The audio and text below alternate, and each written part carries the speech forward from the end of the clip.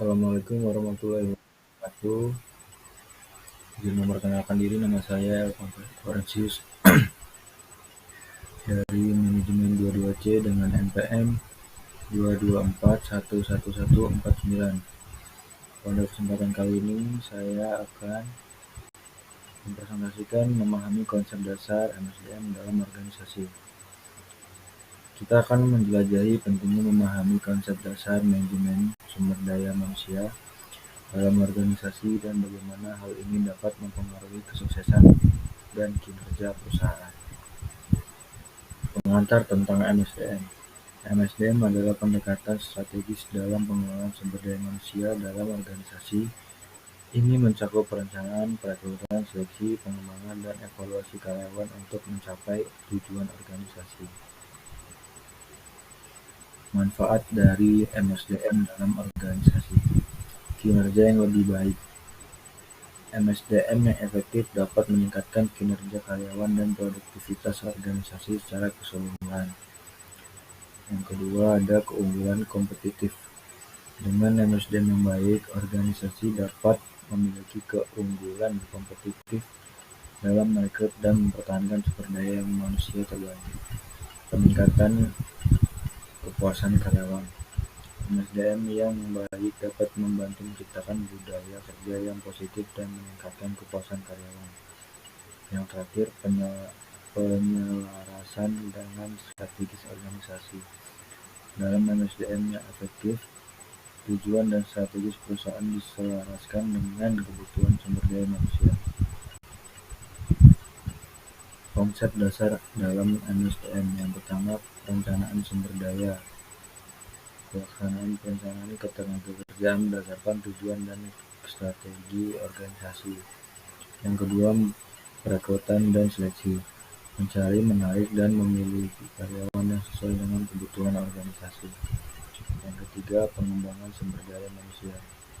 Memberikan pelatihan dan pengembangan untuk meningkatkan kemampuan dan performa karyawan. Yang keempat, evaluasi kerja. Mengukur dan mengevaluasi kinerja karyawan untuk pengembangan individu dan kebaikan organisasi. Selanjutnya ada peran dan tanggung jawab MSDM dalam organisasi. Rekrutmen dan seleksi. Menarik, memilih, dan merekrut karyawan yang sesuai dengan kriteria perusahaan. Kedua, pengembangan karyawan. Memberikan pelatihan dan pengembangan untuk meningkatkan keahlian dan kompetisi karyawan.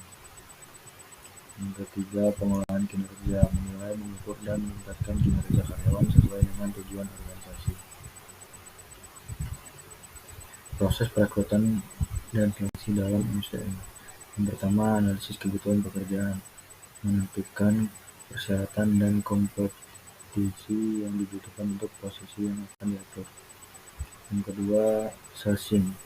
Mencari dan menarik calon karyawan melalui berbagai metode seperti iklan, lowongan kerja, job fair, dan media sosial. Yang ketiga, pemilihan dan penilaian. Mengevaluasi calon karyawan melalui tes wawancara dan pembagian lainnya untuk memilih karyawan terbaik. Keempat, pengambilan keputusan.